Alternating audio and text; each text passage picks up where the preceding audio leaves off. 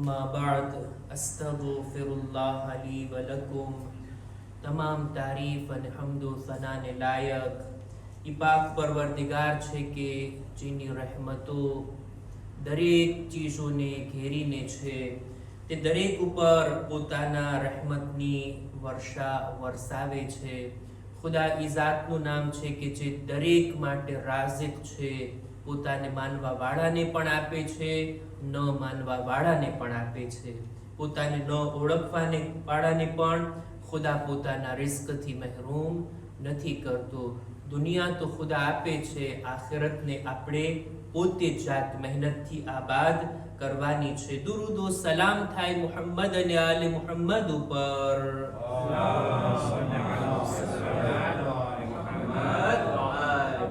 કે જેઓએ આપણને અલ્લાહની ઇબાદતનો તરીકો, ખુદાની ખુશનુદી હાસિલ કરવાનો રસ્તો, સિરાતે મુસ્તકીમ પર કેવી રીતના ચાલવું, પોતાના નૂરાની કલામ અને પોતાની નૂરાની સીરત થકી તાલીમ આપ્યા છે, જેનાથી આપણે બધા લાભ અને ફાયદો ઉઠાવી રહ્યા છીએ।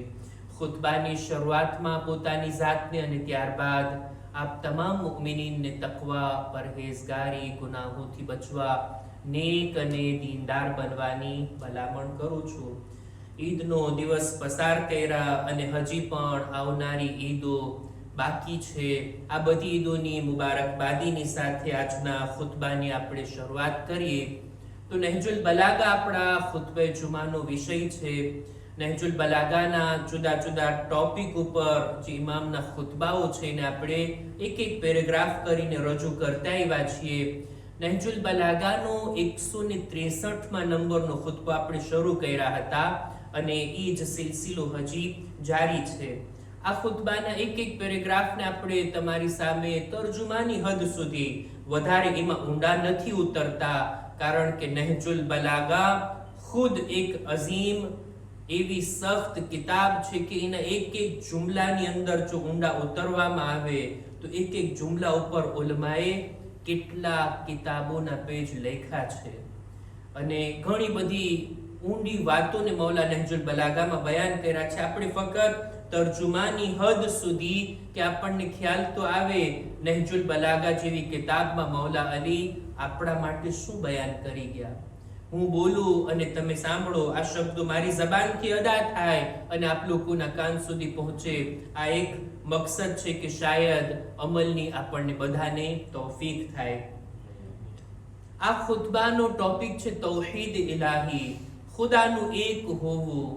ખુદાની સિફાતને ઇમામ બયાન કરી રહ્યા છે। ખુદાની જાતને તો આપણે નથી ઓળખી શકતા, પણ એની સિફાત, એની કાલિતે, એના ગુણોને આપણે એક હદ સુધી, જેટલી આપણા દિલો દિમાગમાં કેપેસિટી છે ને એટલી હદ સુધી આપણે એને ઓળખી શકીએ છીએ। વાત અહીંયા સુધી આવી હતી કે મૌલા આગળ બયાન કરે છે કે લમ યખલુકિલ અશિયા મિન ઉસૂલિન અઝલિયા વલા મિન અવાઇલ અબદિયા। ખુદાએ આ દુનિયાની અંદર જેટલી મખલુકાતને પેદા કરીને કોઈ પણ ચીજને હંમેશાથી હતી એવી ચીજોથી નથી બનાવી અને એવી પણ નથી બનાવી કે એ ચીજ હંમેશા બાકી રહેશે। ફક્ત ખુદાની જાત છે કે જે હંમેશાથી હતી અને હંમેશા બાકી રહેવાની છે। બાકી ખુદાએ જે કંઈ પેદા કર્યું, જે કંઈ પણ ખુદાની મખલૂક છે એના માટે એક ટાઈમ લિમિટ છે, એની શરૂઆત છે અને એનો અંત છે। ત્યારબાદ આગળ ફરમાવે છે બલ ખલક મા ખલક ફઅકામ હદ્દહુ વસવ્વર મા સવ્વર ફઅહસન સૂરતહુ। ખુદાએ જે કંઈ પણ પેદા કર્યું ને બહુ હિસાબ કિતાબની સાથે પેદા કર્યું છે। દરેકનો એક અંદાજો છે, દરેકની એક મર્યાદા, એક લિમિટ છે। કોઈ પણ ચીજને અનલિમિટેડ ખુદાએ પેદા નથી કરી, બધાની એક હદ છે। એ અલગ વાત આપણે ન જાણતા હોય, ખુદા તો જાણે છે ને। દરેક ચીજની ખુદાએ લિમિટ રાખી છે અને આટલું જ નહીં, દરેકને બહેતરીન સૂરત આપી છે, દરેકને અલગ અલગ શક્લ આપી છે અને આ બધી જે સૂરતો છે એ બહેતરીન સૂરતો છે. તમે જો ખુદા જે કંઈ બનાવે ને, ખુદા જે કોઈ ચીજને ખલ્ક કરે ને એમાં અને ઇન્સાન કોઈ ચીજને બનાવે ને એમાં ફરક હોય. ઘણી બધી ચીજો ઇન્સાને આ દુનિયામાં બનાવી ને, આ કાર બનાવી, આ જુદી જુદી ચીજો બનાવી, ઇન્સાને ઘર બનાવ્યા, ઇન્સાને આ દુનિયાની અંદર ઘણી ચીજો બનાવી. શું ખુદા પણ એવી જ રીતના બનાવે છે? ના, ફરક છે આની અંદર, બુનિયાદી ફરક છે.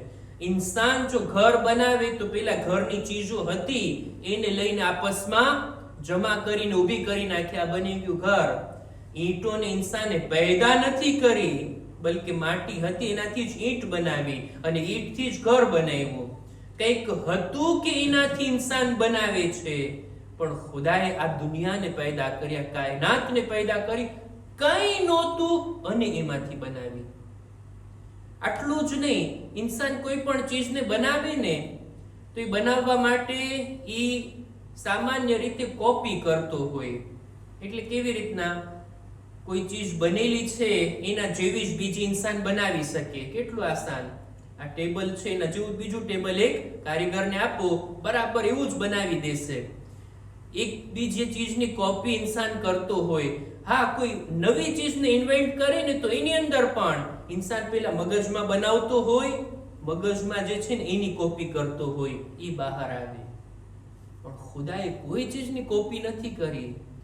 શરૂઆતથી જ ખુદાએ બનાવ્યું, કંઈ નહોતું, અદમ જેને કહેવાય ઝીરો, ત્યાંથી ખુદાએ આવી આખી કાયનાતને ઊભી કરી અને એ પણ બહેતરીન શક્લમાં, બહુ સારી રીતના અને ખૂબસૂરત બનાવી. ત્યારબાદ આગળ ઇમામ કહે છે, લૈસા લિશૈઇન મિનહુમ તિના, આ કાયનાતમાં કોઈ એવી ચીજ નથી જે ખુદાનો મુકાબલો કરી શકે, ખુદાની કુદરતની સામે ટકી શકે. કોઈ એવી ચીજ નથી કે જે ખુદાને સામે આવીને મુકાબલામાં ઊભી રહી જાય. વલા લહુ બિતાઅતિ શૈઇન ઇન્તિફા, અને આ દુનિયાની અંદર બધા લોકો જેટલી ઇબાદત કરી રહ્યા છે, આ દુનિયાની ચીજો, દુનિયાની મખલુકાત જેટલી ખુદાની બંદગી કરી રહી છે, એનાથી જરા બરાબર ખુદાની જાતને કઈ ફાયદો નથી મળતો. ખુદાની જાતને ન તો કોઈ નુકસાન પહોંચાડી શકે, ના તો કઈ ફાયદો પહોંચાડી શકે. આપણે એમ ના વિચારવું છે હું ગુનાહ કરીશ તો બિચારા ખુદાનું આપણે કઈ બગાડી લેશું. ના, ખુદાની જાતને કઈ ફરક નથી પડવાનો. આ ગુનાહ જે કરીને આપણા નફ્સ ઉપર જુલ્મ છે. અને બે રકાત નમાઝ પડીને આપણે કઈ ખુદાની જાત પર ઉપકાર નથી કરતા, એ ખુદા જોયું હું આવ્યો જુમ્માની નમાઝમાં. ના ના, એવું કઈ નથી. આપણે આવીએ કે ન આવીએ ખુદાની જાતને કઈ ફરક પડવાનો નથી. કુરાનમાં ખુદાએ કીધું છે ને, આખી કાયનાત ખુદાના સજદા કરવા લાગે, ખુદાની ખુદાઈમાં કઈ ફરક નથી પડતો, અને બધા લોકો ખુદાના દીનથી મોઢું ફેરવી લે, બધા કાફિર થઈ જાય તો પણ ખુદાની હુકુમતમાં એનો કોઈ અસર નથી આવતો. આ બધી ચીજો ઉપર આપણે ઈમાન રાખીએ, દિલથી યકીન રાખીએ, તો આપણી કંઈક મારિફત બુલંદ થાય અને ખુદાની સિફાત તરફ આપણું ધ્યાન વધારે દોરાય. આગળ મૌલા ફરમાવે છે કે ઇલ્મુહુ બિલ અમવાતિલ માઝીન કે ઇલ્મિહી બિલ અહયાઇલ બાકીન.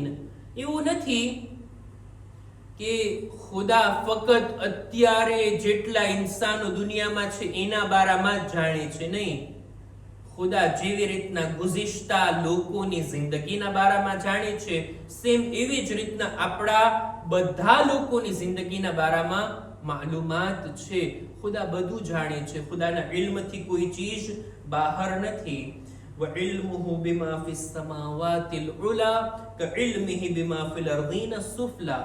ખુદા જેવી રીતના આસમાનોની અંદર રહેલી ચીજોના બારામાં જાણે છે, બિલકુલ સેમ એવી જ રીતના જમીનોના ઊંડાણમાં રહેલી ચીજોથી પણ બાખબર છે.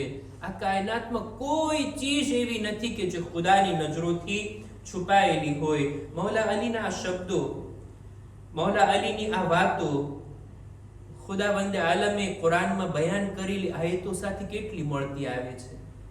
કેટલી રીતના સરખામણી કરી શકાય કુરાનની આયતોની અને મૌલા અલીની વાતોની.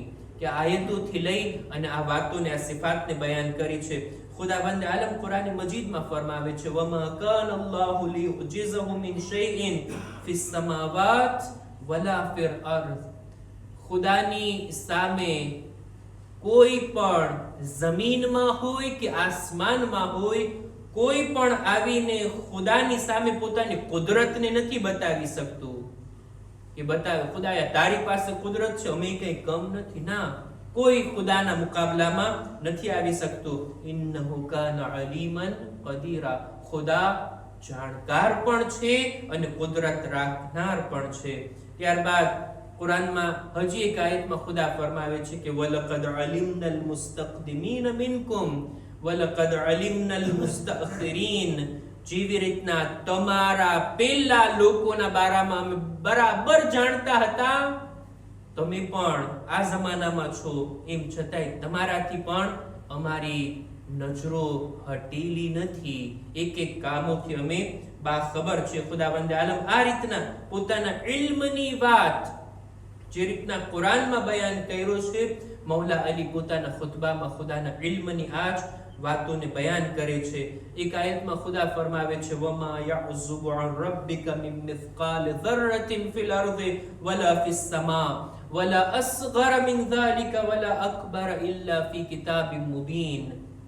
આ દુનિયાની અંદર ઝર્રા બરાબર એક એટમના બારામાં એક નાનામાં નાનો કણ, જેને એટમ કહેવાય, એના જેટલી કોઈ ચીજ હોય, જમીનોમાં હોય કે આસમાનોમાં હોય, આ ચીજ ખુદાની નજરોથી છુપાયેલી નથી. નાની ચીજ કે મોટી ચીજ, આ બધી વાતોને આપણે સાંભળીએ નોર્મલ લાગે, પણ આ બધું આપણે જાણીએ છીએ. શું એને માનીએ છીએ? એના ઉપર આપણું યકીન છે? આ બધી વાતો ફક્ત એ માટે નથી. ખુદાના ઇલ્મની વાતો કુરાન મજીદમાં અને મૌલાએ કાયનાતના ખુતબાઓની અંદર કે આપણે બસ આ વાતની ખાતરી કરી લઈએ કે હા, ખુદા બધું જાણે છે. કયામતના દિવસે આપણને બધું જાણીને હિસાબ કિતાબ કરશે કે તે આટલી નેકી કરી, તે આટલા ગુનાહ કર્યા. નહીં, આ વાતો ફક્ત કયામતને લાગુ નથી પડતી. આ દુનિયામાં જ એક બંદાના દિલમાં જો આ વાતનું યકીન હોય કે ખુદાથી કોઈ બાબત છુપાયેલી નથી, જો આ વાતનું યકીન ઇન્સાનને તકવાના રસ્તા પર ચાલવામાં કેટલી મદદ કરે છે. પછી પોતાના દરેક કામોના અંદર આ વાત એને હંમેશા ધ્યાનમાં રહેશે. હું જે કદમ ઉઠાવું ને, મારો ખુદા એનાથી વાકેફ છે. મારા એક એક બોલ, મારા એક એક વર્તાવ, મારા એક એક સારા કામ કે બુરા કામ ખુદાની નજરોથી છુપાયેલા નથી. બુરા કામ ખુદા જાણે છે, બુરાઈથી ઇન્સાન બચશે. નેકીઓ ઇન્સાન કરે છે. જો ઇન્સાનના દિલમાં યકીન હોય ને કે ખુદા જોએ છે, તો યકીન જાણો એ માણસ ક્યારે રિયાકારી તરફ નહીં આગળ વધે. નેકી કરવામાં, ભલાઈ કરવામાં, સારું કામ કરવાની અંદર એમ નહીં જોઈએ કે ફલાણાને ખબર પડે, ફલાણાને જાણ થાય, લોકો સુધી વાત નહીં. એ બધું મૂકો ને એક બાજુ. મારો ખુદા જોએ છે ને, બસ એ મારા માટે કાફી છે. ખુદા માટે કરું છું, ખુદા જોઈ રહ્યો છે, ખુદા કબૂલ કરી લે. આખી દુનિયાને જાણ થાય કે ન થાય, કઈ ફરક નથી પડતું. મૌલા અલીના આ ખુતબાઓ અત્યારે હાલની જિંદગીમાં, આપણી હરરોજની રોજિંદા જીવનની અંદર, આપણા દરેક કામોની અંદર આપણને આ વાતની યાદ આવરી કરે છે કે એ લોકો જાણો, ખુદાના ઇલ્મથી આપણે કોઈ ચીજને છુપાવી નથી શકતા. ખુદાની સિફાતના બારામાં હજી પણ મૌલા બયાન કરે છે કે જેને ઇન્શાઅલ્લાહ આવતા ખુતબાની અંદર આપણે બયાન કરશું. ઈદનો મહિનો છે, જુદી જુદી ઈદો આ મહિનાની અંદર રહેલી છે. એક ઈદને આપણે મનાવી લીધા અને હજી એક ઈદ આવવાની છે, જેના માટે કહેવામાં આવ્યું કે ઈદુલ્લાહિલ અકબર. બધી ઈદોમાંથી સૌથી મોટી ઈદ છે અને આ ઈદે વિલાયત ઇન્શાઅલ્લાહ એવી રીતના મનાવીએ કે ના, ફક્ત એવું ના લાગવું જોઈએ કે મસ્જિદમાં આવ્યા ત્યારે જ ઈદ જેવું લાગે. નહીં, આપણા ઘરના માહોલને પણ ઈદના માહોલમાં બદલી શકીએ છીએ. આપણી ઔલાદને તાલીમ આપવી ગદીરના બારામાં, આ એક એવી જવાબદારી છે કે જેને રસૂલે ખુદા સલ્લલ્લાહુ અલૈહિ વસલ્લમ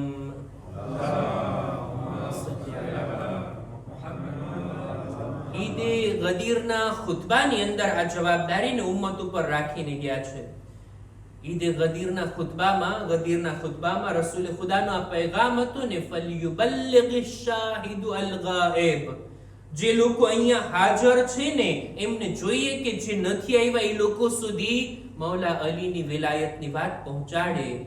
વલ વાલિદુ વલદા, અને દરેક બાપ માટે જરૂરી છે કે પોતાના ઔલાદને ગદીરની ઓળખાણ કરાવે, ગદીરના અકીદાને દર વર્ષેના દિલમાં યાદ અપાવે, મજબૂત બનાવે.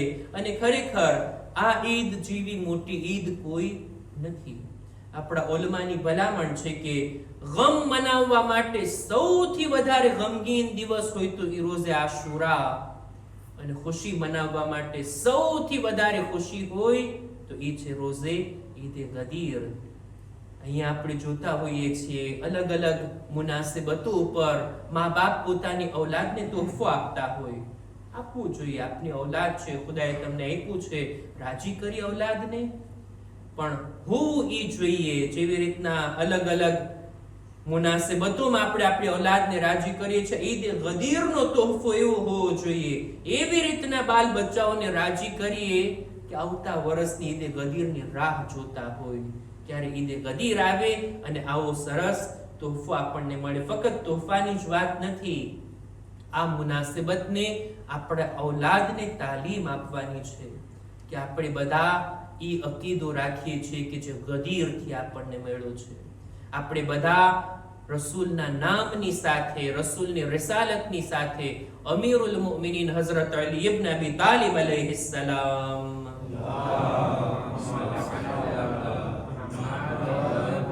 એમની વિલાયતને પણ માનીએ છીએ. આપણે ગદીરના મૌલાને માનીએ છીએ. આપણે મૌલા અલીને ખલીફા પેલા ફસ્લ માનીએ છીએ. આ અકીદો સ્ટ્રોંગ અને મજબૂત થવો જોઈએ. આપણી ઔલાદની જિંદગીની અંદર, એના દિલો દિમાગની અંદર, એના વિચારોની અંદર આ અકીદાને ઉતારવું દરેક મા બાપની જવાબદારી છે. ઇન્શાઅલ્લાહ ગદીરના બારામાં બીજી પણ અમુક વાતો છે જેને આવતી મજલિસો મહેફિલમાં આપણે રજૂ કરશું. ખુદાની બારગાહમાં દુઆ ગુજારીએ, પરવરદિગારા રોઝે જુમા છે, ઝિલહજ મહિનો છે, ખુદાયા આ તારીખોની અંદર, આ મુબારક દિવસોની અંદર અમારી નેક હાજાતને પૂરી ફરમા, અમારી દુઆઓ ઇબાદતોને કબૂલ ફરમા, અમારા ગુનાહોને માફ ફરમા, અમારી ઔલાદને નેક તૌફીક અતા કર, અમારા મરહુમીનની મગફિરત ફરમાવ. ખુદાયા દરેક બીમારોને શિફા અતા કર. પરવરદિગારા અમારા બદનમાં પણ સલામતી આપી દરેક બીમારીઓથી અમને મહેફૂઝ રાખ. ખુદાયા ઝમાનાના ઇમામના ઝુહુરમાં તાજીલ ફરમા. અમારા કામો થકી એમના દિલને રાઝી અને ખુશનૂદ ફરમા. રબ્બના તaqabbal મિન્ના ઇન્નકા અંતસ સમીઉલ અલીમ.